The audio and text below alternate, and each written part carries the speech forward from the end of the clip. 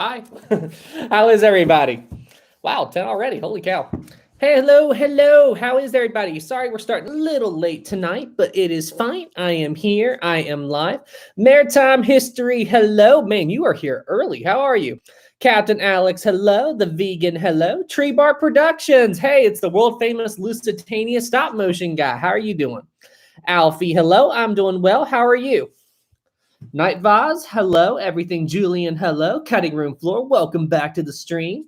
Let's see here. Gordon, hello. Jason, hello. Canard Line Productions. Oh, I bet you got some cool videos. Thomas, hello. How is everybody tonight? I am doing very well. I just discovered I have to buy a replacement part for my oven because I was cooking ramen and my oven made a very bad sound. So I'm like, I better replace that part. Call me crazy, but if you hear your oven make a zzz noise, that's not a good sign. Am I right? How is everybody? Justin, who would win in a fight, Titanic or Aquatania? Good question. Let's see. Erica, hello. My first time on a live stream for this channel. Welcome, Erica. And I'm assuming from your thumbnail, you are from our friends in the north. Let's see. Oh, hey, Olivia, for super chat of the night, $2. Thank you so much. Boating McBoatface lives. Okay. I'm not gonna let your trolling, get me angry. I'm gonna stay.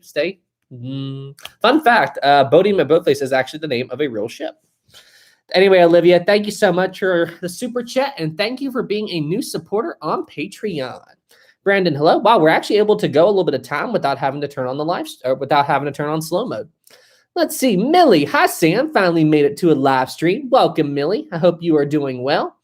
Let's see. Christopher, thanks for the luck, Sam. Hee. Exams went great. That's awesome, Christopher. I super appreciate you. And Ozzy, 5 super chat. Thank you so much, Ozzy. Hi, Sam. Did you walk Rosie today? And did you get any lamps in your P.O. box? Is that a lamp? I'm assuming that's a lamp, or is that ramen? I can't tell. I'm going to assume it's a lamp because everybody likes to joke about lamps. But no, I have not gotten any lamps yet. And okay, here we go. All right, I've got to go ahead and enable the slow-mo. But there aren't as many people in here tonight, so I'll set it for 30 seconds, and we'll see how that goes. If I have to turn it on something heavier, we'll go from there. Let's see here. Keth, hi Sam. Hi Keth, how are you? Maritime history, historic travels. Tomorrow is the 104th anniversary of the Halifax explosion. Is it really? Hang on a second. Halifax explosion, Nova Scotia. Is tomorrow really as it was before Christmas? You're right. Oh, yeah, you're right. December 6th, 1917. Holy cow, I had no idea. That's crazy. Can you imagine how horrible that must have been for everybody in Halifax to go through that horrible explosion at that time? I mean, good grief. And then, correct me if I'm wrong, but wasn't there a crazy strong blizzard that went into Halifax right after that happened? And then after that, it was Christmas, I mean, good grief. Can you imagine how horrible that must have been? Uncover the news, 5. Thank you so much. We got that one. Got that one. Okay. Uncover the news. Thank you so much. Video idea. The story behind Polar, the Titanic Bear book. Daisy Spedden Penn made the book for her son Douglas as a Christmas gift in December in 1913. Let's see. The story behind Polar, the Titanic Bear book. Titanic Bear book. I've never heard of that. Titanic Bear book, 1913. Is that right? Polar, the Titanic Bear. Wow, there's a whole thing. Holy cow, there's a whole website on this. My story, because the author of the original cover, Polar the Titanic Bear, put the first pen, 1913. Huh. I've got to research this. I have never heard of this before. Very interesting. Okay, that's going onto the list right now. I never knew that there was like a Titanic children's book from that far back. Holy cow. Titanic, the Polar Bear book. Got it. All right, that's going on the list of video ideas. I might cover that one in the very near future. That's very interesting. Thank you so much, Uncover the News. Thank you. And another 5 from Olivia. Is it true that the Titanic's third-class passengers had to fight over 2 tubs, one for men, one for women? Okay, interesting way to put that. It is true that the third-class passengers had 2 baths. They had 2 bathrooms for the entirety of third class. Now, I'm not referring to bathrooms. They had plenty of toilets and stuff like that. If you're in the UK or not in the States, we refer to the toilet or the loo as bathrooms. So I ran into that issue when I visited the UK. I went into a restaurant near Piccadilly Circus and I asked the guy, "Can I use your bathroom?" And he was like, "What?" I'm like, your bathroom. He goes, I don't understand. I'm like, your restroom. And he's like, what? I'm like, toilet. And he's like, oh, downstairs. I'm like, oh, that's right. They don't say bathroom or restroom here. I forgot. So that was an interesting experience. But yes, as far as that goes, they did have two baths. But if they were divided up between male and female, I mean, I guess that makes sense. But I've never really thought about it. Interesting question. Very interesting question. I hope I answered it pretty good, Olivia. But yes, it is true. They only had two bathrooms for all of third class. Blake, we got a 5. Thank you so much. I love your channel. The education you give and the information you share is so entertaining. Hope this 5 helps you keep going. Thank you so much, Blake. Any support is beyond helpful. So thank you so much. I really appreciate you. Because of support of people like you, I'm able to do this for a job. So thanks, Blake. Reality 5, thank you so much. I am here. Am I late? Let's see. Well, we went live a little late, so you're only about 6 or 7 minutes behind. But hey, who cares? You're here. Welcome to the live stream. I super appreciate you. Lychee, welcome to the stream. Oh, Sammy boy, la-di-da-do. Good evening. Nice, Lychee. I appreciate you. Thank you for the 2, my friend. Let's see here. Oh, Georgia, welcome to the stream. I haven't seen you in a while. Hope you are doing well, my friend. Let's see here. Canard line. Wait, David, I had the same experience in Canada about restrooms. Wait, do they call bathrooms something different in Canada? I didn't know that. Do they really? Canard Line Productions, 2. Thank you so much. Do a Carpathia video, but I mean the sinking. I'm going to do a complete Carpathia video. Now, I'm not going to do the complete timeline of the Carpathia. I've got Queen Mary to do as soon as I'm finished with Britannic. And then I've also got, I want to do the Lusitania as well. But yeah, I'm going to make a video about the Carpathia very soon. I cannot believe I haven't done that yet. I'm 200 plus videos on my channel and I haven't talked about the Carpathia yet. What the heck's up with that? But I will do the Carpathia very soon. Thank you so much, Kennard. Appreciate you. Tim 5, thank you so much. Love your videos. Thank you so much for making road trips much more entertaining or interesting. Thank you so much, Tim. Are you listening to my videos while you're taking road trips? Like you listen to it on your radio and all that in your car? That's really cool, Tim. Thank you so much. Let's see. Super appreciate you. Reality 5, thank you so much. West Virginia. Okay. Let's see. Country roads take me home to the place. Now, I don't know the Japanese, like the words to the Japanese song, but I kind of have the jingle. Like, I know I'm probably not saying the words right, but like I have one of those memories where I can hear something and I can kind of repeat it. So, country road, Doronichi, something like that. I love that song. Thank you so much for the 5, Reality. Appreciate you, my friend. Let's see here. Wait, got that one. Olivia 2, thank you so much. Gonna buy a boat and name it now Movement. You're gonna buy a boat and you're gonna name it Movement? I thought you'd name it Bloatface. Thanks, Olivia. Gordon 2, thank you so much. Sam, did you get the trivia questions I sent? If you sent them to me in Discord, actually, I do remember that I read some. I actually forgot about it until this very moment. Okay, I will take another look at them. And do me a favor, man, because I do remember reading them. I just don't remember what they were, but I do remember that I liked them. If you sent them to me in Discord, somebody sent them to me in Discord. And just remind me, shoot me a message and remind me to look at them. But just in case you are interested, I do have trivia questions ready to go for tonight. So I'm hoping to trip you all up a bit. Gordon, thank you for the 2, and we'll talk again about that maybe for next week. Jonathan, another 50 from Jonathan. Thank you so much, my friend. Evening, Sam. Evening, Jonathan. Question for you, okay? On top of the Britannic's elevator gear housing, just forward of the dome weather casing, there is what looks like a megaphone. What is this exactly? Wow, you completely tripped me up. On top of the Britannic's elevator gear housing, just forward of the dome weather casing, there is a megaphone. Let's see if it's on here. Oh, are you talking about, I don't know if this is what you're talking about.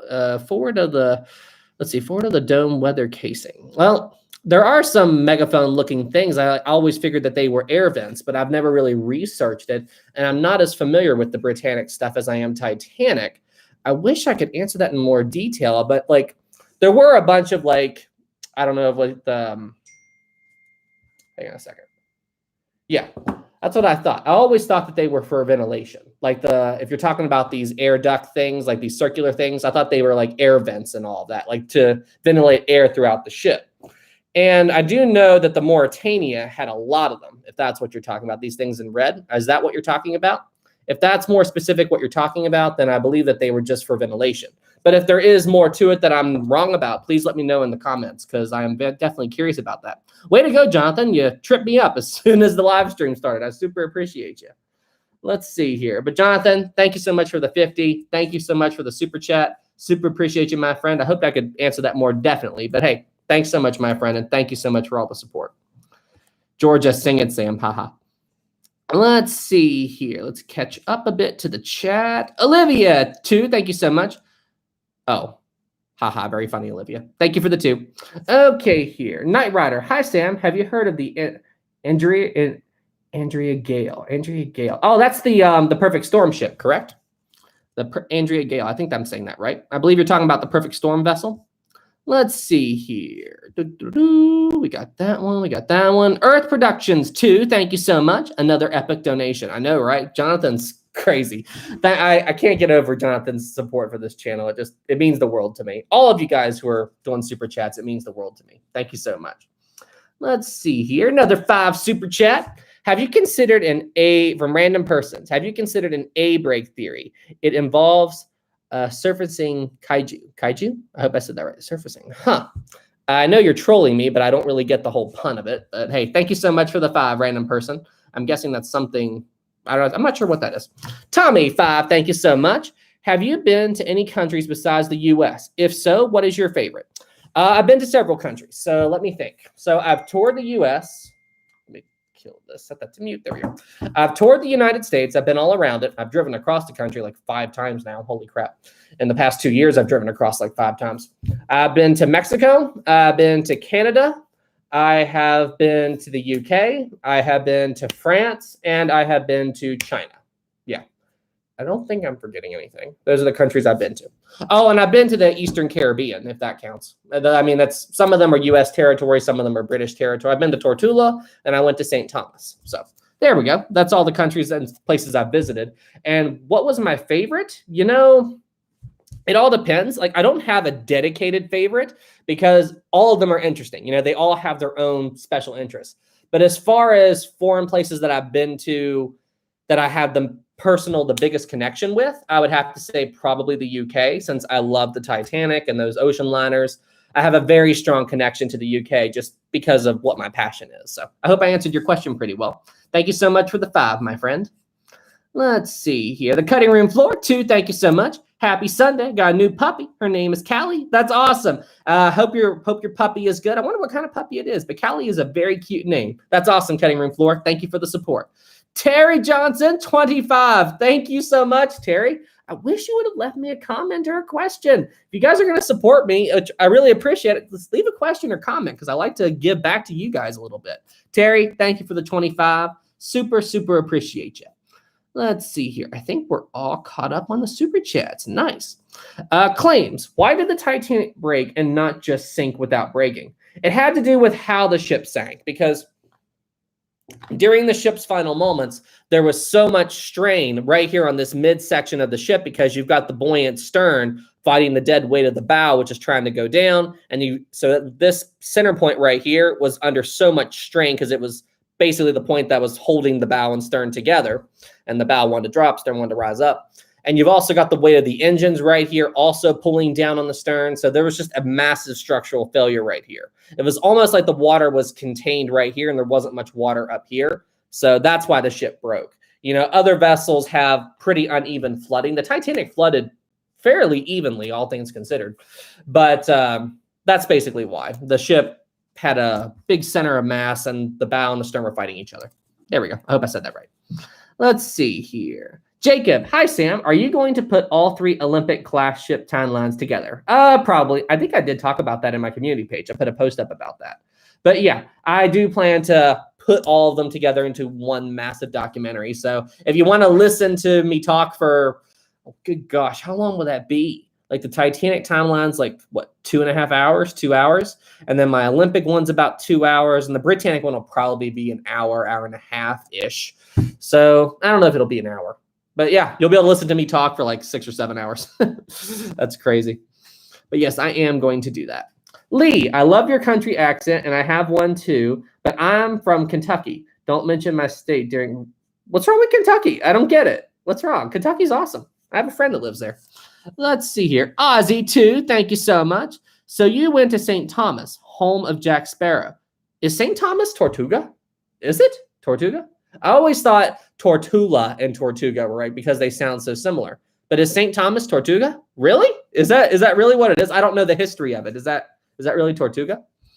Let's see here. Thomas, 5. Thank you so much. Let's see. Can you do a video on Perry Marquette, 18, a car ferry that sank in Lake Michigan in 1910. It's an interesting and tragic story. Hang on a second. Let me see. Shadow, hey, can you tell us what your next video is going to be? I'm finishing up Britannic. I'm already about 4 to 5 minutes into the editing process. So Britannic is coming along. I shoot to release that video probably Tuesday morning. But I spent some time today working on Britannic too, just to get a jump start on it. Let's take a look at this ferry. Let me see here, because this could be an interesting topic. Let's see. That's not right. Let's see here. Car ferry that sank in Lake Michigan. The pier. Let me see here. It's not pulling up anything. I'm not sure about this ferry that sank. Let me see here. 18. Oh, here we go. The Great Lakes ferry that sank and served on Lake Michigan. Wow, that's crazy. Okay, I'm going to do some more research into this, and we might be able to get a video out of it. We will take a look. Thank you so much, Thomas. Thank you for the super chat. I super appreciate you, my friend. But I've got it on the list now. 1910, that's crazy. A car ferry in 1910, is that true? Dang on. Car ferry that sank. There weren't that many cars in 1910, so that surprises me that there'd be a car ferry. Uncover the news, another 5. Thank you so much. To continue on to the Titanic bear story idea. The picture of the boy playing with the top on Titanic is Douglas Spedden. Okay, I don't know that much. Like I said, I don't know anything about that yet, but I will look into that. I will look into that, Uncover the News, and check more into that story, because honestly, that sounds like it'd be a very interesting topic. That was probably the world's first children's Titanic book if it came out in 1913. I'm definitely interested in making a video about that. Definitely, definitely, definitely. Let's see here. We got another 5 from Olivia. Do you know anything about the Just Read the Instructions drone ship? The Just Read Instructions drone ship. Nope. And Olivia, I can never tell with your comments if you're messing with me or not. I feel like you are. Just the way your comments are written, like sometimes you're serious and then sometimes you're just messing with me. But let me see here. I'm going to do a quick Google to find out if this is something that you are having fun with. Why do people like to troll me on these live streams? The Just Read Instructions. No, okay. Wait. Oh, are you talking about SpaceX? That pulled up a SpaceX thing. Is this like a rocket booster or something? Huh. Interesting. Thanks, Olivia. Thank you for the 5. Let's see here. Thomas, it was a car ferry that carried train cars. Oh, okay. That makes more sense for the year. Okay, that makes a lot more sense. Erica, Emily, there are people who believe the earth is flat. No matter how dumb the theory, there will always be someone who believes. Oh, you're talking about the switch theory, aren't you? You're talking about the switch theory. I did see that mention or that message pop up in the chat earlier. Yeah, there will always be conspiracies out there. There will always be conspiracies. I believe me and my brother, yeah, we were looking at conspiracies once just for laughs.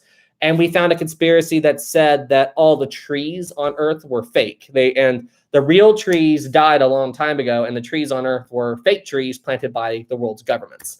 So yeah, that's a conspiracy. The switch theory is a conspiracy. Coal fire is a conspiracy. I mean, there's conspiracies about everything. I mean, seriously, you would drive your mind crazy trying to read them all. And we got another 2 from Olivia. Or, of course, I still love you. I still love you, drone ship. Okay. Thanks, Olivia. Erica, I think maybe people troll you because you're so knowledgeable and they want to see if they can trip you up. Oh, yeah, definitely. Definitely. But another thing is, it depends on the type of troll, because like there is fun comments and then there's trolling where they're just trying to be hateful or mean. And there's a definite difference. You know, Olivia's trolls are fun. Olivia's trolls are fun. Goku, fake trees. Okay, then. Will, SS Badger, Jack is still in service. SS Badger, Jack is still in service. Simply, hi, kind sir. Hi, Simply. Is it true that there were only 2 baths in Titanic's their class? We talked about that earlier, but yes, you're right. Captain Alex, what other pieces of the Olympic would you like to have on your 31st birthday? How much is there? Listen, I've already gotten more parts of the Olympic, and I'm perfectly satisfied with my collection so far. So, yeah, there's not really anything else that I want or need from those ships. I'd like to make sure that as many people as possible can share in the memory of these famous vessels. Millie, it's funny when you get mad. That's why they troll you. Haha. Well, the trolling doesn't really make me mad. It's just mad is when I see people doing something stupid that results in people dying, like Captain Scatino. So trolling, either if it's hateful trolling, I just ban it. If it's fun trolling, I roll with it. There we go. Mr. Lusitania, what if Titanic named Aaron 1912? What if Titanic was named Aaron 1912? That would be really ironic. Having a good time. Did you know that the story of the Britannic being renamed from Gigantic is not true? I heard a comment. I saw a comment about that where somebody was debating or saying that the whole story of the Gigantic wasn't true. But I don't know the whole origin of the story. I did read that the comment said that it had to do, like, if you go back into the ship's order history, or like when the Britannic was ordered, it was always Britannic, but I haven't seen that. But I am curious as to where the story of Gigantic came from. That story didn't come out of thin air, but I don't know the origins of that story. So that would definitely be an interesting thing to look into.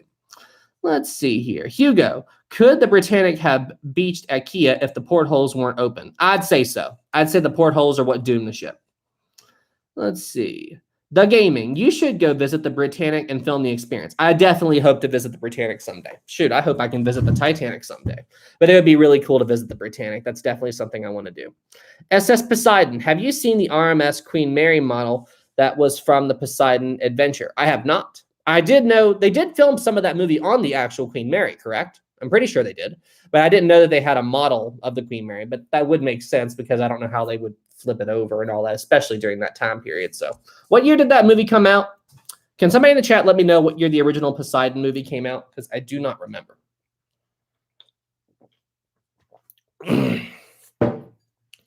You got a 20 from Ryan Jefferson. Thank you so much, my friend. Sam, I hope you have a wonderful holiday season. JK, Captain Smith is still bad at maneuvering a ship, and Brightside makes way better content. Okay, if you guys want to get a rise out of me, that's the best way to do it right there. I mean, seriously, like, being a content creator, you're going to have people who try to get a rise out of you just by being mean or hateful because they want you to snap at them, But I just ban them. When they show up in Discord or whatever, I just ban them. But this kind of stuff makes me go, okay, calm down, Sam. You can't see it, but I'm sitting cross-legged. Meditate. Very funny, Ryan. But hey, I know you're just having fun. So Ryan, thank you so much for the super chat. Super appreciate you, my friend. Thank you so much for all the support. SS Poseidon, 1971. Casey, 1972. 1972. Okay. So 1971, 1972. That's what I'm gathering from that. Let's see. Terry 10. Thank you so much. Did the funnels fall on a lifeboat as Titanic sank? No. So basically what happened was, as collapsible A on the ship's starboard side and collapsible B, these are the only 2 lifeboats to not get away from the Titanic before the ship's final plunge began. They pushed collapsible A down from the boat deck or from the roof of the officer's quarters down to the boat deck, and collapsible B was pushed down, but it rolled over and was upside down. And then as the Titanic's final plunge began, collapsible A was still tied to the Titanic's falls. And I've heard conflicting stories. I've heard that the officers had to use a knife to cut the lifeboat free. And I've also heard that one of the officers shot the ropes and used that to break it free. So when they freed that boat was still right beside the Titanic. Same with collapsible B, the overturned boat. Then as the ship's final plunge began, the first funnel fell. Now, I always believed that the first funnel fell a little bit to the port side, and that the wave from that pushed collapsible A and B away. Now, collapsible A and B were pushed away from the Titanic by the falling of the first funnel. But according to the people at On a Sea of Glass, it looks like the first funnel actually fell a little bit more to starboard. It fell a little bit more forward and starboard than what I originally thought. So regardless of which way the funnel fell, the resulting wave from the funnel falling pushed those boats away. The funnel did not crush any of the lifeboats. Although it is very possible that the funnel did crush some of the people in the water after the ship during the final plunge. Thank you so much for the 10, Terry. Appreciate you. Oh, Olivia 5. My whole thing is, can I make Sam doubt me so much that he can't figure out if I'm lying or not? Last week was perfect. He fell for my trap perfectly. Ah, so that's what you like, Olivia. You know what I always say? The best way to sell a lie is to mix in elements of truth. And most of the time with Titanic stuff, people can't trip me up. There was a guy on here a while back who, what was it? He asked me if I knew where the radio station MGY was, hoping that I wouldn't know that MGY was the Titanic's radio sign. And I saw what he was doing, and I said, MGY is located 2.5 miles under the Atlantic Ocean. So I found my own way to get back at him for trying to trip me up. But sometimes people can trip me up, you know? But hey, it's all in good fun, right? Olivia, thank you for the 5. Let's see here. Are we all caught up on the super chats? I think we are. No, we're not. Hold on a second. We got that one. We got Olivia. We got that one. And we got Reality 5 again. I'm still not in the Discord server, which is sad. Why not, Reality? Come into the Discord server.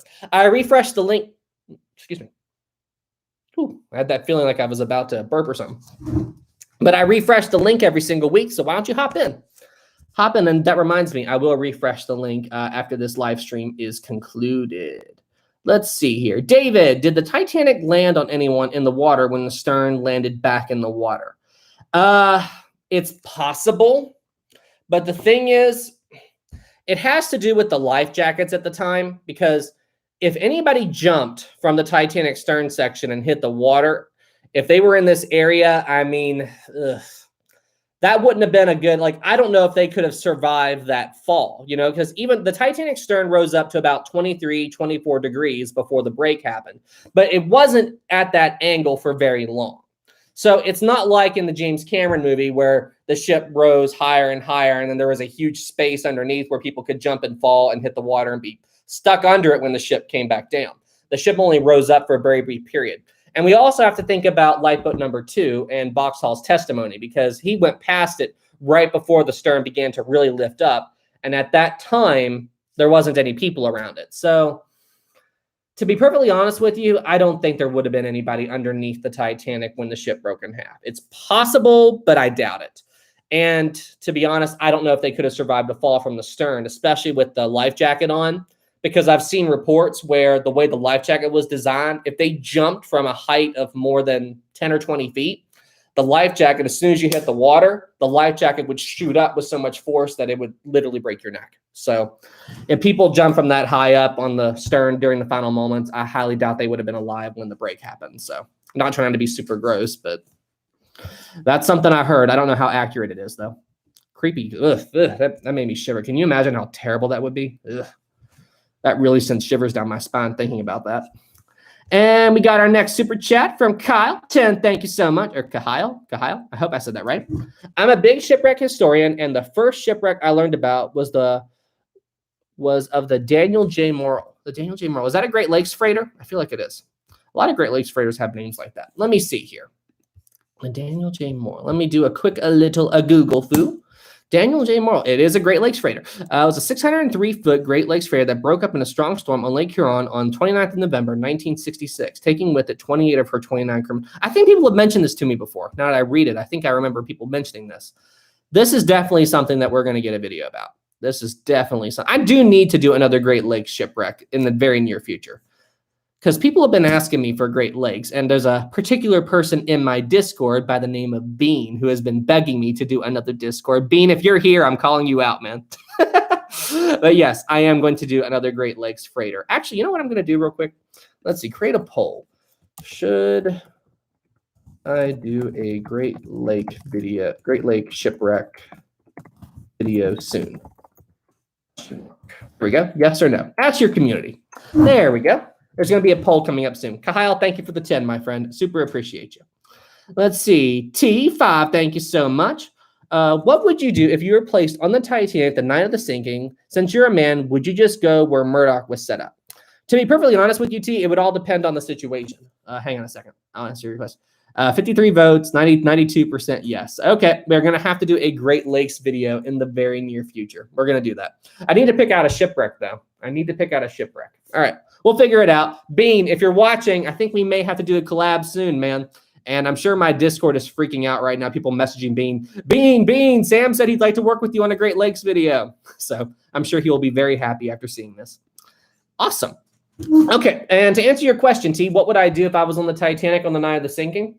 It would all depend on the situation. I think for a while, I would just kind of hang back and just watch and see if there was anything I could do to help.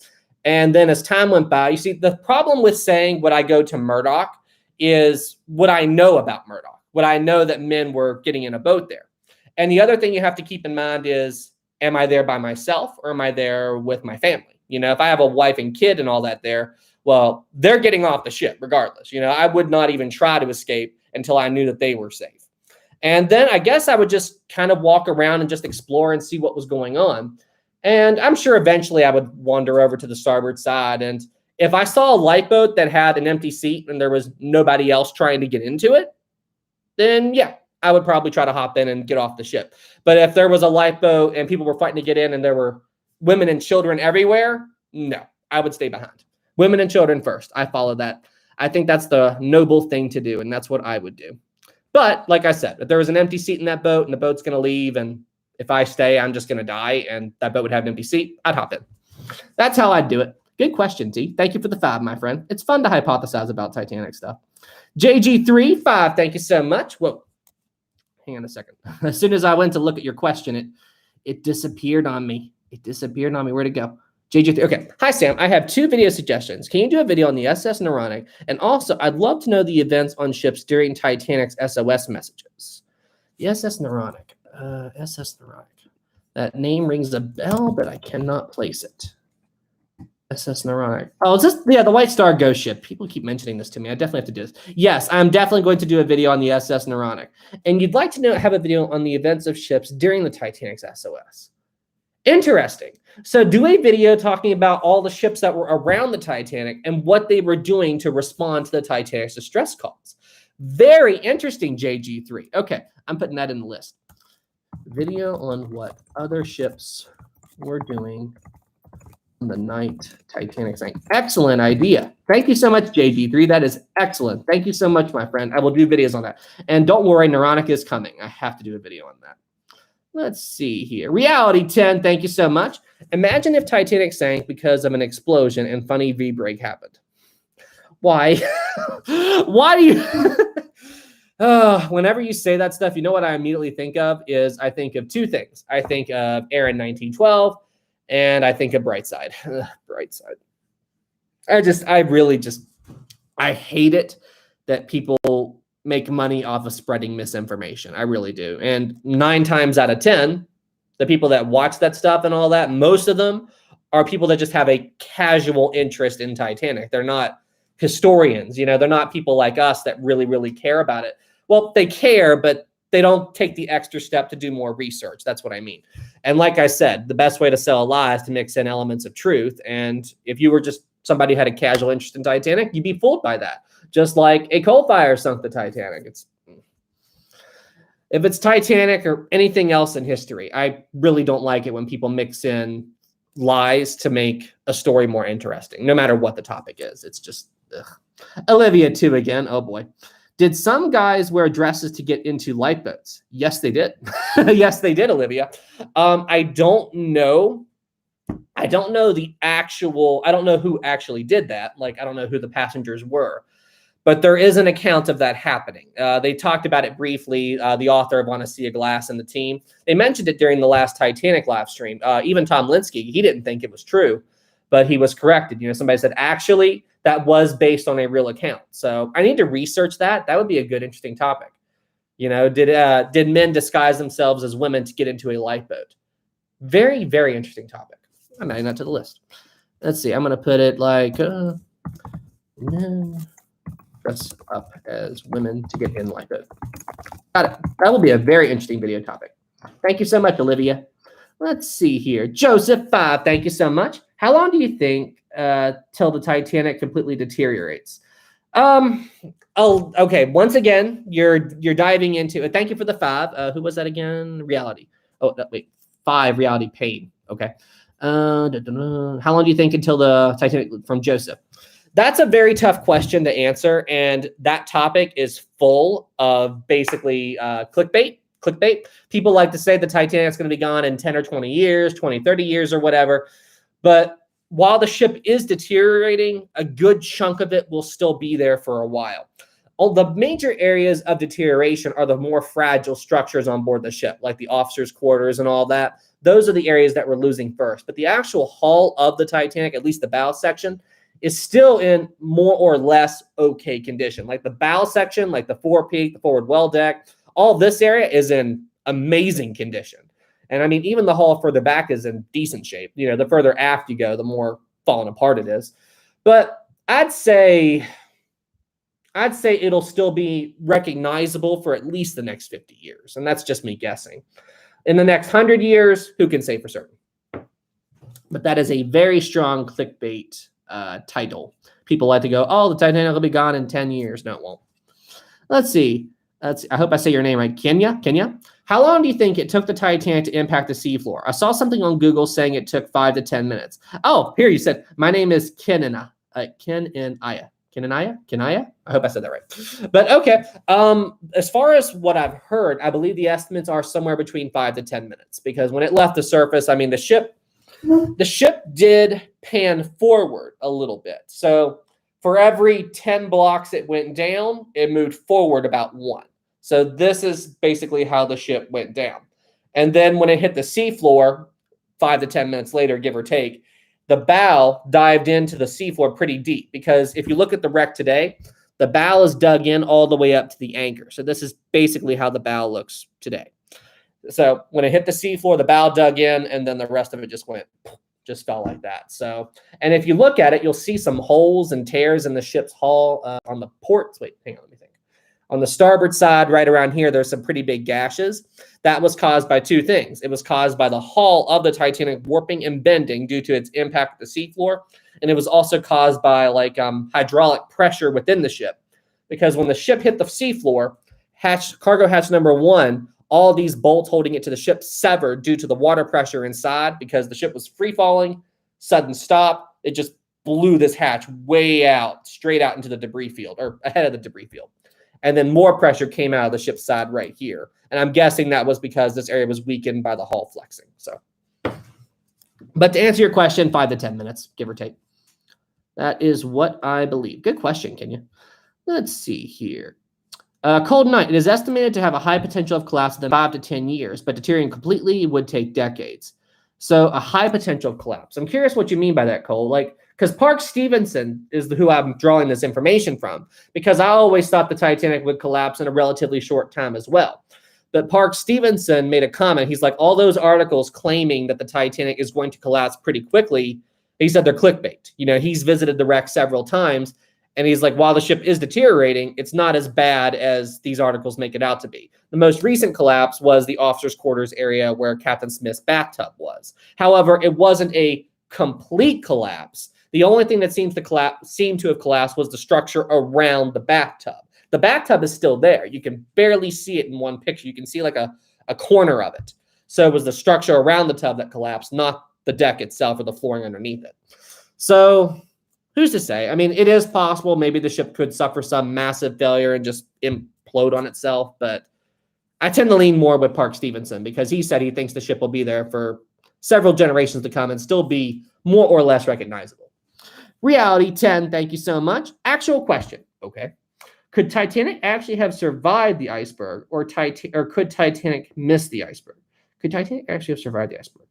If the impact had been a little bit different, maybe. You know, I've said in other videos before that maybe if the first 5 watertight compartments were breached, maybe the Titanic could have survived, because the key thing is the 5th watertight compartment. And the only way the Titanic could survive with 5 compartments breached is if the crew was able to keep the 5th compartment from flooding completely. With the 5th compartment flooded, the bow would be too low in the water, and the water would spill over the tops of the bulkheads at some point.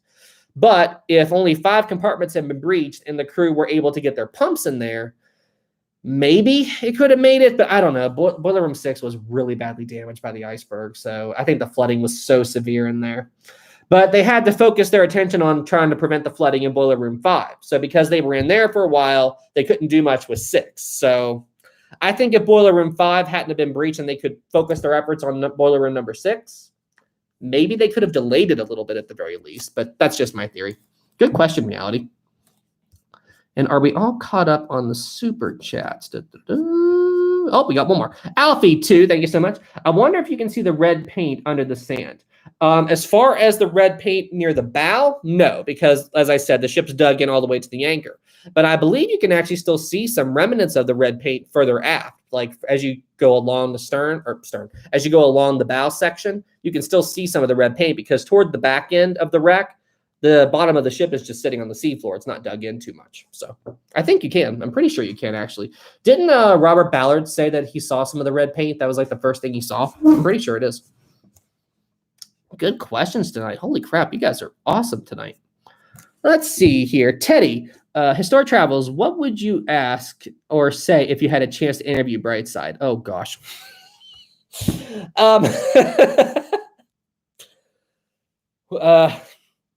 To be honest, I would probably ask, who do you get to do your research, and are you fact-checking them? Or do you care just about making money?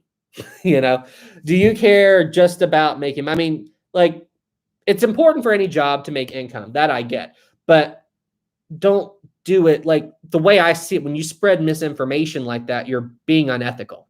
You know what I mean? Like it's just, I don't like it. I don't like it. You know, I would say, do y'all care about fact checking? You know, how did you guys get all this information so wrong?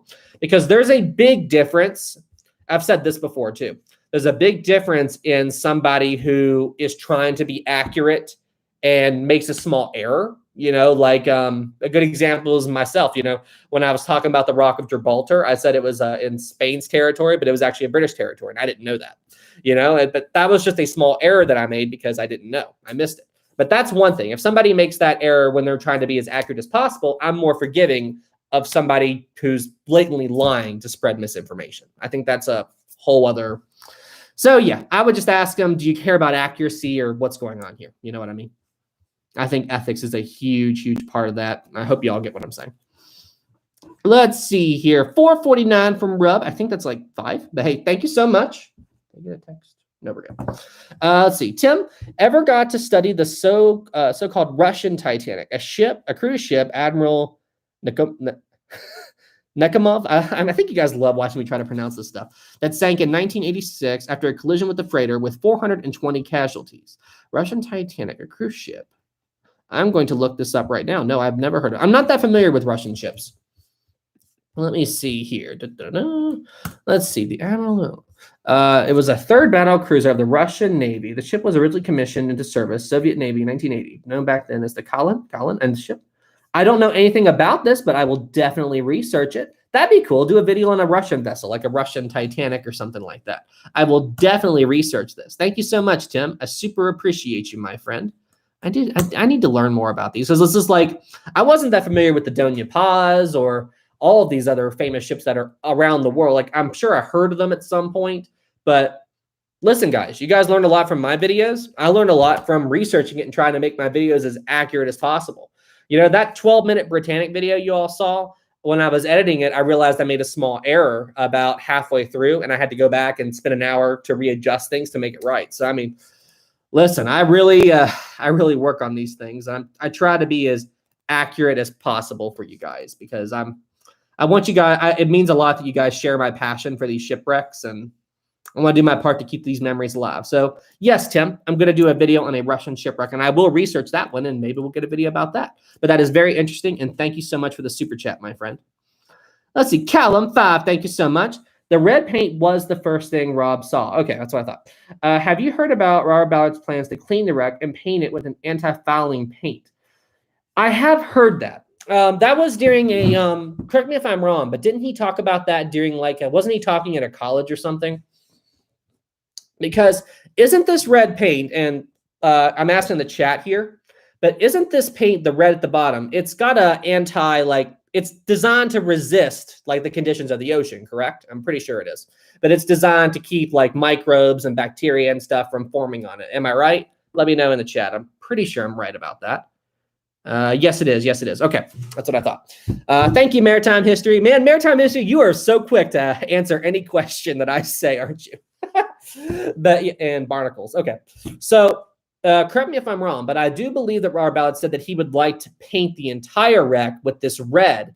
That way it could cut down on some of the rusticle growth. And the rusticles are that bacteria. Now, if you take a look and you compare the wreck of the Titanic with the wreck of the Britannic, they are like the Britannic is in so much better shape than the Titanic. And that has to do with because where the Britannic is, not much sunlight can get to it, but some sunlight can get to the wreck of the Britannic. And there's a lot more life growing on the Britannic than the Titanic because Titanic's 2.5 miles underwater. And all of this life, all this stuff on the Britannic are competing for resources. So the rusticles, while I'm sure there are some on Britannic, it's nowhere near as severe as Titanic. But where the Titanic is, that area is so hostile and there's so little, I guess you could say, plant life at those depths or underwater life that those rusticles can just have free reign to consume the Titanic. You know, it's like having a very bad infection on your leg and you don't treat it. You know, it spreads everywhere. So that's how I understand the whole rusticle thing. And Ballard's theory is if he paints this red on the Titanic or similar compound to the red paint, that it could cut down on the rusticle growth. That's what I've heard. Very interesting stuff.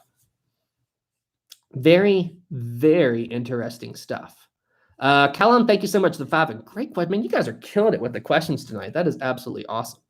Tree Bark Productions. Hi, Sam. Next Sunday, I'm releasing a video on the HMHS Britannic. Perhaps we could do some sort of collab on it. Oh, thanks, Tree Bark. Tree Bark, do me a favor and just shoot me an email, man. Shoot me an email, and I will check it out. Wait a minute. Didn't you? Hold on a second. I do believe. Hold on. As I did glance at my email the other day. I don't check my work email every day, but didn't you? I thought I saw something from you.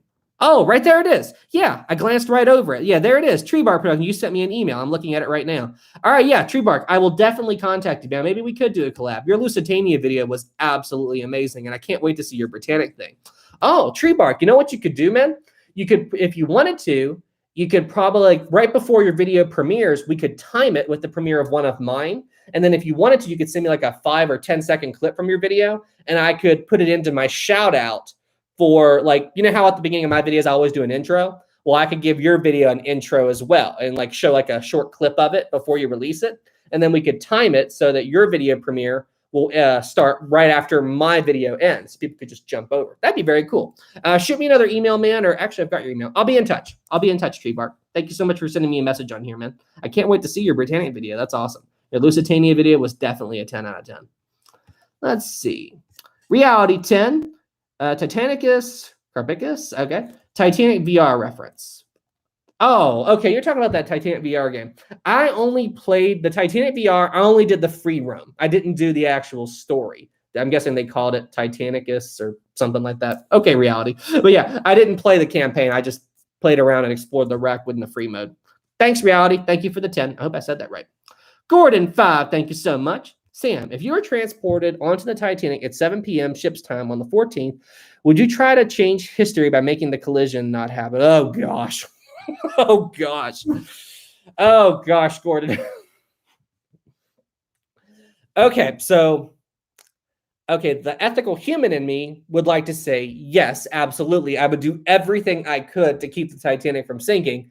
But at the same time, you're talking about the butterfly effect, man. You know, like, that's like by changing an event from history, you could accidentally make the future 1,000 times worse. You know, so yes, I would very much like to save the Titanic and keep it from sinking and save all those lives. But by doing that action, could that possibly lead to an even greater catastrophe later on down the line? You know what I mean? It's like, I can't believe I'm using this for a reference, but Back to the Future. You know, Marty bought that gray sports almanac thinking it would just help him out a little bit. And then old Biff got it, went back to 1955 and basically wrecked everything. I mean, it's a little bit of a different situation, but you get my point. So I would like to go back and save the Titanic, but what action would that cause in the future? You know, you got to weigh in the butterfly effect. I mean, Whew, that is a deep question. Good question, Gordon. That is a very, very deep question, and that would be a very, very hard one to answer. Blondin, thank you for the 5. If you could drain the water from the Titanic wreck, what areas would you like to visit? Also, have you seen the mega demo for the Titanic Honor and Glory coming? No, I missed Titanic Honor and Glory's last live stream, so I didn't see that they have a new demo, but I can't wait to check it out. And if I could drain the Titanic and go explore the wreck without damaging it, I would like to get into the Strauss cabin. You know, I'd like to see the Strauss cabin. I'd like to go and explore the grand staircase. I really want that clock. I want that clock that's in the Strauss cabin that I've talked about earlier. There's a lot of areas that I'd like to go and check out on the Titanic, especially the Turkish bath. Blondin, thank you for the 5. No. Everybody, okay. Lamp is back. He just said I'm cutting the power. Okay, oh, hang on. I gotta handle this. I gotta handle this. Okay, if Lamp is about to cut the power, I am ready. Lamp, you will not stop the show. Even if you cut power, you will not stop the show. I am totally prepared. Oh, there we go. That'd be really bad if I ran out of lighter fluid right now. Okay, we are good to go. Even if Lamp cuts the power, we still have light. We still have light, even if Lamp cuts the power. And how about that, Lamp? You can't cut the power now because this isn't using electricity. How about that? Oh, good grief. Lamp, you have I don't know if you know this, man, but your little joke with the lamp thing has become a huge joke on my Discord stuff. Somebody keeps thinking that somebody is going to send me a lamp to my P.O. box, which would be absolutely hilarious. Cold Night, this is so 1800s. I got this at IKEA. I saw this at IKEA for like $5, and I thought it was awesome. So, reality lamp is evil. Ain't that right? Lamp, you will not stop the show. The show must go on. And now I completely lost my place. If Lamp can't take that out, then I will. All right, I got to go back and find the super chats now because I jumped to the beginning there and I completely lost track of where I was in the super chat. Okay, there we go, Blondin.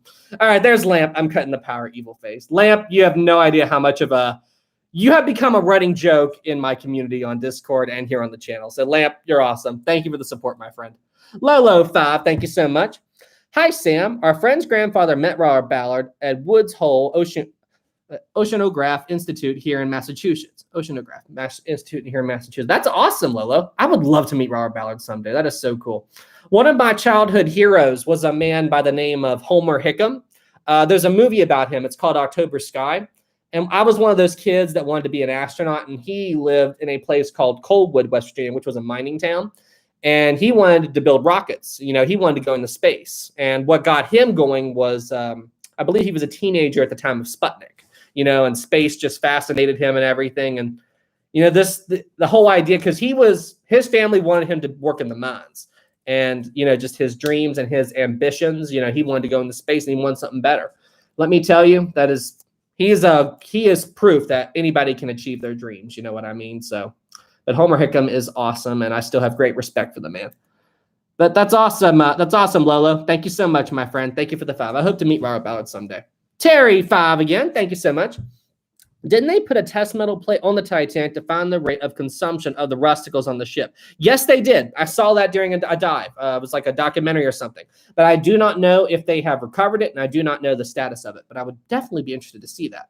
Thank you so much for the 5, Terry. Isaac 5, thank you so much. Sam's deadliest villains. Captain Scatino. I need a drink.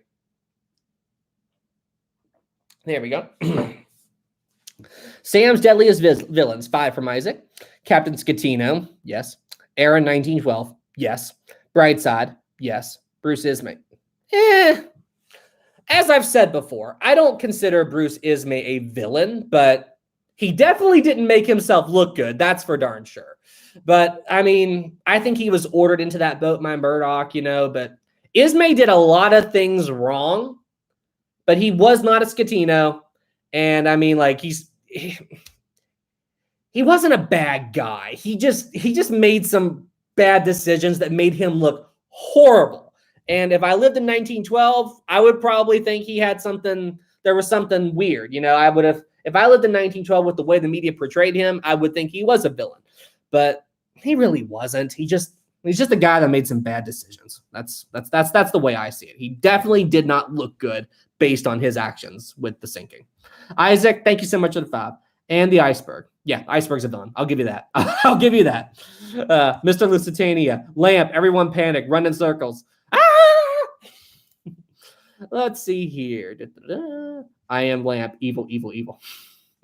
Lamp, I can't, I can imagine wherever you are in the world, I can just see you there laughing your head off, watching how the chat freaks out when you show up. Lamp, you're awesome, man. Blondin 5, thank you so much. How do you think the inquiries would have went after the Titanic sinking if Smith had scatinoed? Oh gosh. If you want a good reference for that, I would say look at what the inquiries did with Stanley Lord and the Californian. You know, that's, if you want a good reference for what would happen with that, you know, if Captain Smith had scatinoed and he had survived, you know, it all depends on how you survive. You know, if Captain Smith had jumped in one of the first lifeboats and just left the ship and was just like, whatever. Oh, of course, you know, that's a terrible thing to do, and you shouldn't be a captain, and that is a scatino. And honestly, he would be punished, and his punishment would fit the crime. You know, I mean, honestly, you can't do that. But it's just, Captain Smith wouldn't do that. You know, I mean, that's hard for me to, I can't even say that, because Captain Smith was just, he made a fair share of mistakes throughout his career, sure, but he definitely was not a scatino. You know, I mean, he did his duty to the end, and he did not leave the Titanic until there was literally nothing else he could do. You know, I mean, he left the Titanic with Thomas Andrews as the port side bridge wing was beginning to dip under. And Smith turned to Andrews and said, "We can't stay any longer. She's going." And both men jumped into the sea. So Smith did his duty throughout the entire evening, and I can't even compare him to Scatino. I can't. The two men are just on so... Scatino is down here with trash, and Captain Smith is way up. I mean, I like... Anyway. Scatino and Smith are very, very different. Reality 10, Lamp is evil. Absolutely. In a good way, though. In a good way. Let's see here. Holy cow, there's so many. Okay. All right, we got 5 from JSA. Titanic not hitting the iceberg sounds like a really good what if episode. Actually, you need to watch the video. Was it Ocean Liner Designs? Yeah, the guy over there, he made a really good video talking about what if the Titanic didn't sink. So I may do a video like that eventually, but I would encourage you to go watch him. You know, go watch that channel. Because his videos, if the Titanic hadn't have hit the iceberg, she would have followed the path of the Olympic, you know, become a troop ship or a hospital ship, or that would have happened, and she would have had a career depending on what happened after the First World War. JSA, thank you for the 5, my friend. Reality 5, what if Lamp sank the Titanic?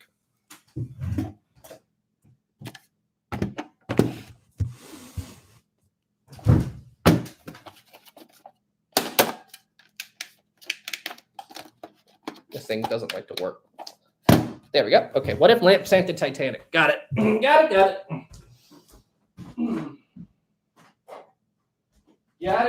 Got it. We need something. Okay, here we go. Let's see. Captain, Lamp dead ahead. Boom. And it sinks. How about that? How about something like that, right?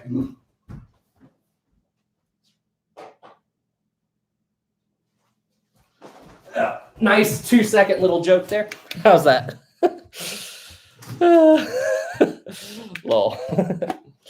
LOL. I can see that happening. Okay, here. Hang on a second. I got to get... All right, everybody. So we are coming up on the 1 hour mark. So we got to get through these super chats where I am way behind. Let's see here. We got that one. Thank you for the 5, JSA. Okay, here we go. Reality 5. Thank you so much. What if Lamp sank the Titanic? Got that. I am Lamp 279. I will cut the power and blow out that candle. Please don't do that. Well, Lamp, how would you, if you're a lamp, you don't have lungs, so you can't breathe. So how would you blow out the candle? Haha, I got you. Thank you for the 2, my friend. JG35, if the Atlantic had shipping lanes, why was the Olympic 500 miles away from the Titanic? It had to do with where the Olympic was, you know, just because they're shipping lanes. But at the time of the Titanic sinking, the White Star Line basically wanted to have if the Titanic was at Southampton, they wanted to have the Olympic in New York. And then the two ships would just pass each other, following the shipping lanes. And the Olympic was just too far away from Titanic. It just had to do with where it was at the time of the sinking. You know what I mean?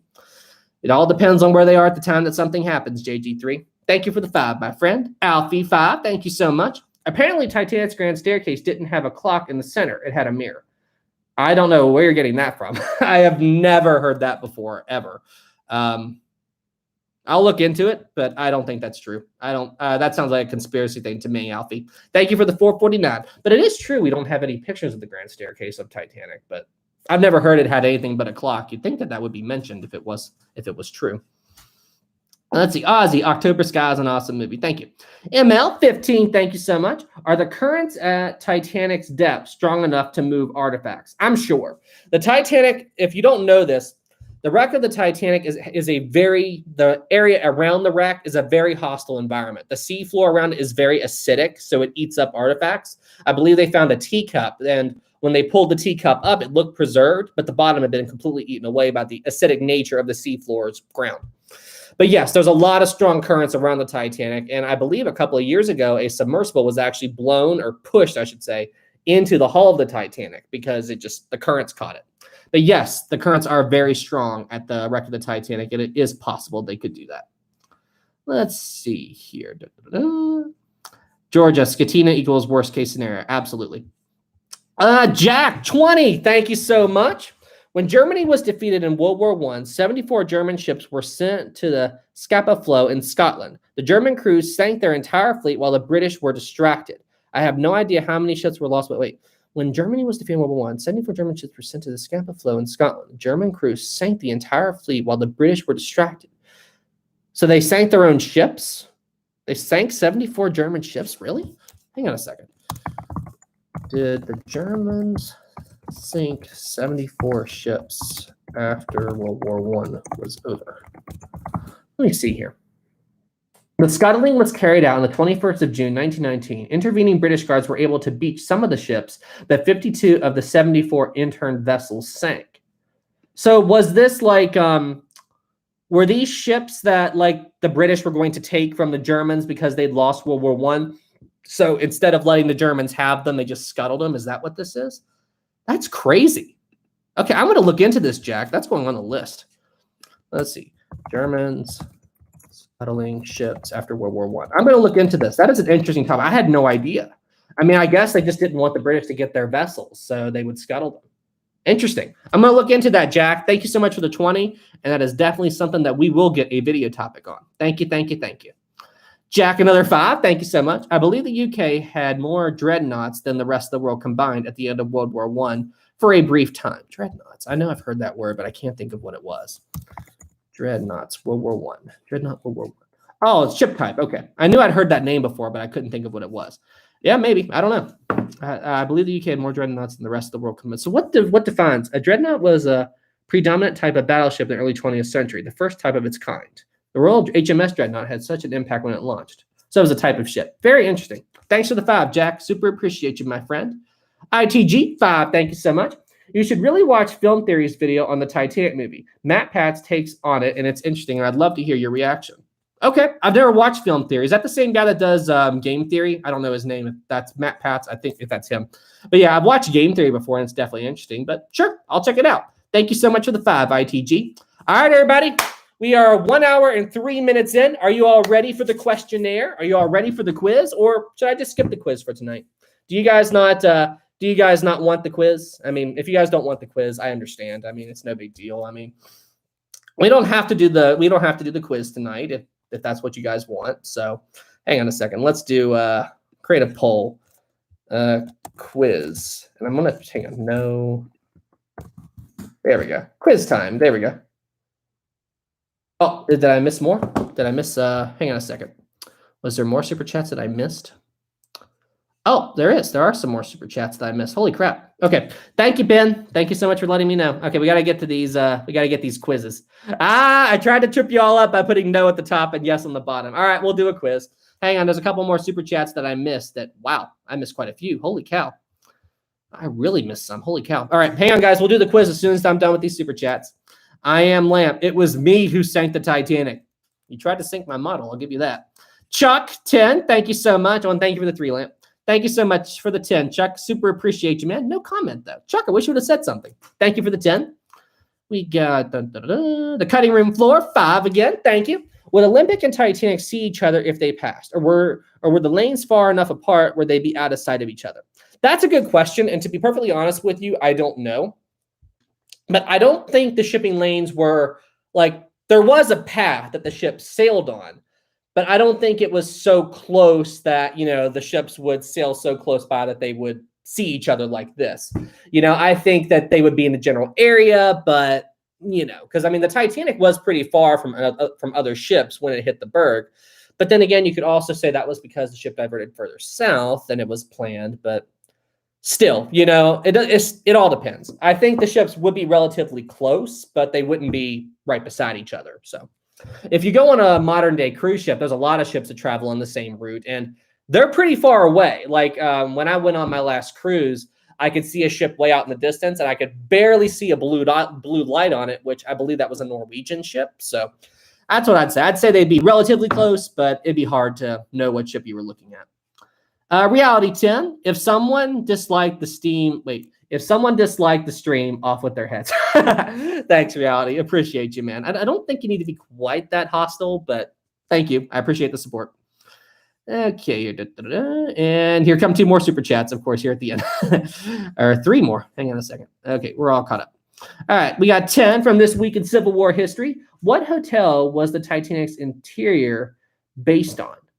Oh, wow. You actually tripped me up on that. I do not know. I do not know that one. You actually tripped me up. What hotel was the Titanic's interior based on? You tripped me up on that. The first class lounge was one of the most ornate public rooms on the Titanic. It was modeled after the Palace of Versailles, Palace of Versailles. That's what I thought. I knew it was modeled after the Palace of Versailles, but that's the palace. It's not a hotel. So is there something that I'm missing here? Because I thought it was the Palace of Versailles. That's what I thought.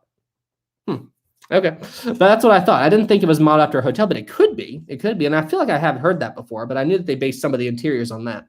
Chuck, 5, thank you so much. Are you aware of the Texas? Thank you for the 10 This Week in Civil War History. Chuck, 5, thank you so much. Are you aware of the Texas City explosion of 1947? Over 500 people died when that ship exploded. What? Hang on. Texas, whoa, what just happened? Why Google Maps launch? Texas City explosion. 1947. There's actual video of it. Holy crap. Hang on. I don't need the video. I just need to see what happened. Texas City explosion was a disaster and industrial accident that occurred April 16, 1947, in the port of Texas City. It was the deadliest industrial accident in United States history and one of the history's largest non-nuclear explosions. I've never heard of this. Okay, this is going on the list. I'm definitely going to look this up because this is like Halifax explosion level in the United States.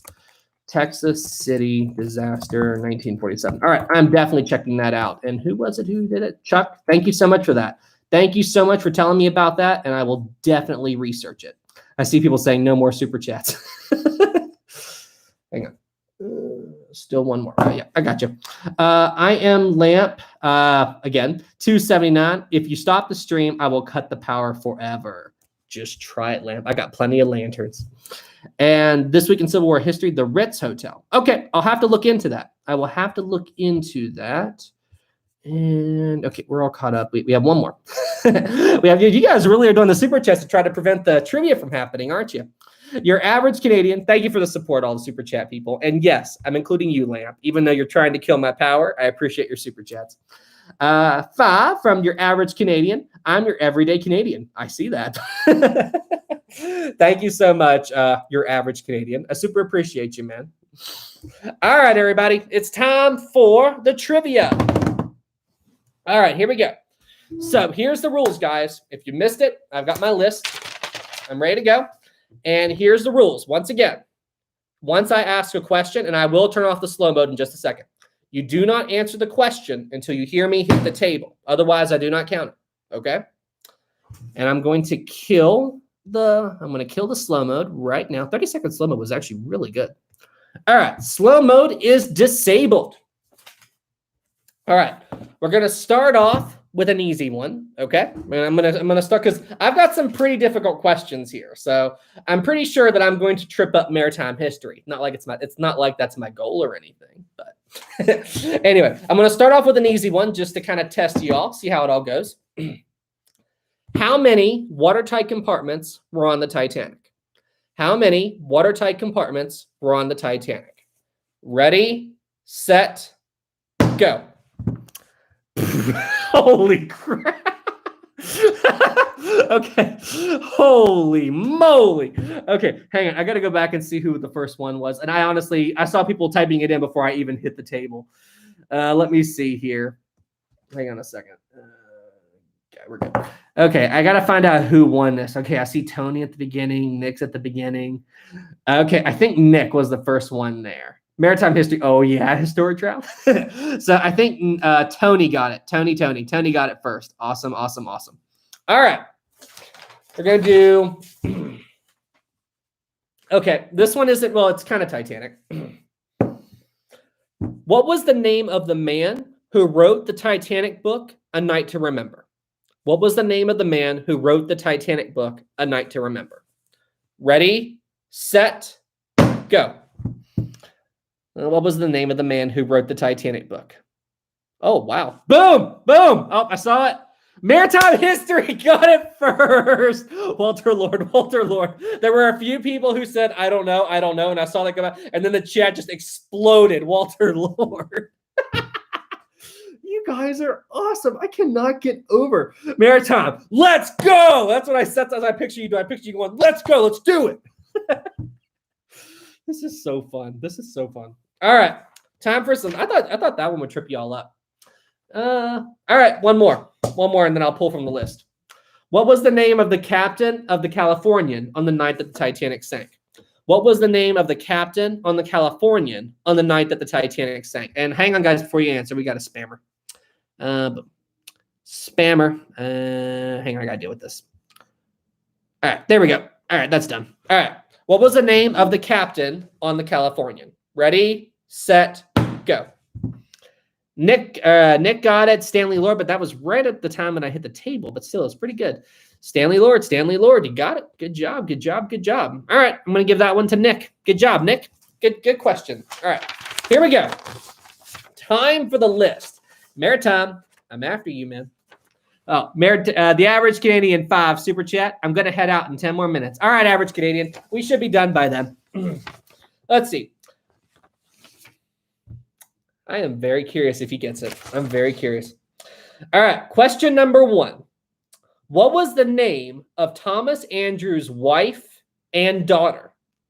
What was the name of Thomas Andrew, the man who built the Titanic, or one of the builders? What was the name of his wife and daughter? Ready, set, go. What was the name of his wife and daughter? Miss Andrews, that's cheating. Let's see here. No, I don't see it yet. I don't see it. Wow, no one knows this one. Stumped me. A lot of Joe Mamas. Okay, we got one. All right, I got Helen. Helen's the wife, but I don't see the daughter yet. Sneaky. Yes, I don't see the daughter, though. Let's see, Helen. We got Helen, but I don't see the daughter. I don't think anybody's answered the daughter yet. Let's see. Maritime daughter is Elizabeth and his wife, Helen. All right. I see you spamming Maritime. Okay. Good job. Hey, listen, that one took y'all a minute. I didn't even know he had a daughter. Yeah. I believe, correct me if I'm wrong, but wasn't she 2 or 3 at the time of the sinking, on the night of the sinking? Wasn't Elizabeth was either 2 or 3 years old when the Titanic went down, I believe. Let's see here. 3. Okay. All right. Oh, Jet, 279. Lol, I'm a lamp on my main account. Oh, you're okay. You're I am lamp. That's hilarious. All right. Next one. No, Sam Maritime. Dwight, please stop spamming. All right. Did she survive? They were not on the Titanic. Helen and Elizabeth were not on the Titanic. Okay, here we go. Which 2 lifeboats went back into the Titanic's debris field after the ship went down to try to rescue the people in the water? What was those 2 lifeboats, and who was the officer in charge of lifeboat number 14? Let's put both of those in there. Ready, set, go. I don't see it yet. I don't see it yet. Let's see here. I got 2. All right, boom, right there. Joshua 4:14 and low. Good job. I see the first. I see 14 low. 4:14. Okay, I'm getting it to Joshua. I see it. 4:14 and low. 4:14 and low. Good job. Good job. I don't know if maritime history was in there, but I'm sure he got that one. I just didn't see him. But yeah, good job. Good job. Good job. Good job. All right, here we go. This one's going to be a tough one. Well, I don't know. This might be tough. Maybe not. All right, everybody, stop with the spamming, please. All right, here we go. Please stop with the spamming. I have to put the chat back on slow mode. All right. What was the world famous man who founded a famous chocolate company who almost sailed on the Titanic but didn't? What was the name of the man who founded a famous chocolate company who almost sailed on the Titanic but did not? Ready, set, go. Not Willy Wonka. Georgia got it. Hershey. Good job, Georgia. You got it first. Hershey, Hershey, Hershey, Hershey. I just love how the chat just explodes. It's like it comes slow and then, yep, Hershey, Georgia got that one. Benjamin, how are we supposed to know this? Look at the chat, Benjamin. A lot of people know this stuff. A lot of people know this stuff. Listen, it impresses me how much you all know. I mean, honestly, you all are Titanic experts. All right, here's a trick question. All right. Agent, wow, I didn't know that. That's interesting. Yep. All right, here's a trick question. All right. Let's see. What was the name of the first Titanic film to be released after the sinking, and when was the film released? What was the name of the first Titanic film to be released after the sinking, and when was the film released? Ready, set, go. Maritime history. Oh, I got him. Maritime history. I tripped him up. Oh, right there. We got it. Beluga, Saved from the Titanic, 1912. Yes, good job. Maritime history, I got you. I'm just pumped I tripped up maritime history. Beluga, good job. That was a tough one. That was a very tough one. I didn't even know the name, but it was 1912, yes. All right, I got one more in my list of hard questions, all right? And then I might ask maybe one more, something I can think up, and then we'll conclude the stream. All right, one more here, guys. Slow down in the chat, please. I got to be able to read who's the first. Everybody slow down the chat. All right. Who was the Titanic survivor who was in that movie? What was the name of the Titanic survivor who was in that movie? Ready, set, go. This is a tough one. Oh my, how on earth? Ashley, you got that in 2 seconds. Wow, I thought I had you. Wow, you guys are smart. Holy cow, you guys know your stuff. I am really impressed. Dorothy Gibson, good job, Ashley. Great job, Ashley. I am super impressed.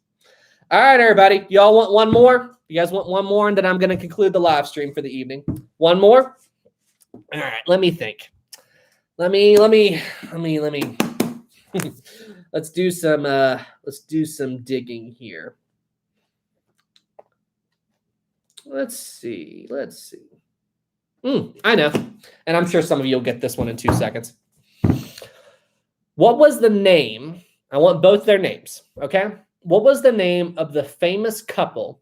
And the man of the couple, the husband was a Civil War veteran who was on board the Titanic, and his wife wouldn't leave him.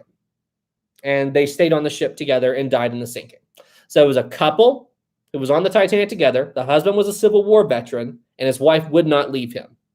Ready, set, go. All right, we got it. Let's see. Oh, Georgia got it. Isidore and Ida Strauss. Good job, Georgia. Georgia got Isidore and Ida Strauss. I was hoping to trip you all up, by mentioning that the husband was a Civil War veteran. I didn't know how many of you all would know that. So I thought that maybe I could trip you all up a little bit. So that was my whole plan there. Bunny, how are we supposed to know? What the heck, man? Look at how many people know. I mean, seriously, people know Titanic. I mean, this is pretty difficult questions that I'm asking you guys. And a lot of people figure this stuff out. I mean, it's crazy how much you all know, and I'm super impressed. So many Titanic experts out there.